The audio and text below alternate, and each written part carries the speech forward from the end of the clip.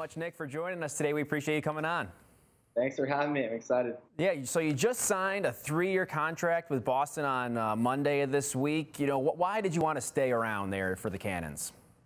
Yeah, I mean, I love Boston. First off, I grew up in Duxford, Massachusetts, so I grew up watching Boston play, which is pretty funny, and then eventually getting the chance to actually play for the Cannons. It was an opportunity, I kind of thought of when I was younger, but actually being able to do that was just kind of once in a lifetime thing for me, and I couldn't turn that down. I was really excited for the opportunity, and once I had the chance to play in some games and eventually sign a longer term contract, that was just a really unbelievable thing for me, and being able to stay home and have my family and friends see me play in Boston and represent Boston was something that's really special to me. Yeah, and something I think is kind of cool is that, you only played the last few games of this season, and to have Boston show that much faith in you, that's got to mean something too, right?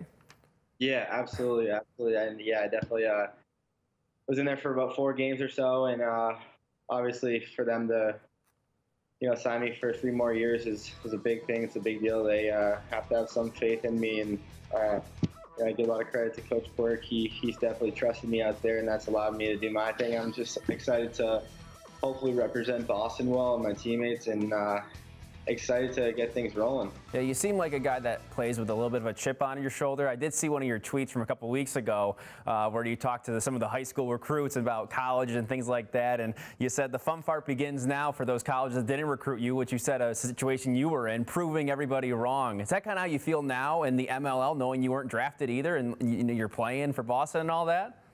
Yeah, a little bit. I mean, I definitely was always a little bit of the underdog growing up.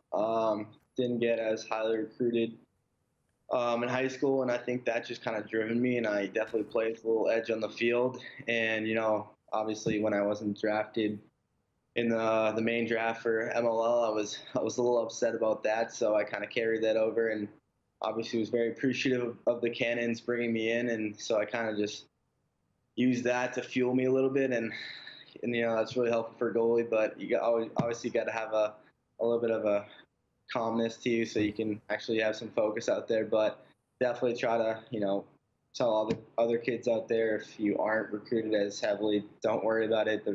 The opportunity will come along. You just got to capitalize on it once it does. Yeah, you're a great example of that. You've had success pretty much wherever you went for those teams that have picked you. So that's been pretty impressive. Big news this week, obviously, with the MLL, some of those changes. What sticks out to you from some of those initiatives that they announced this week?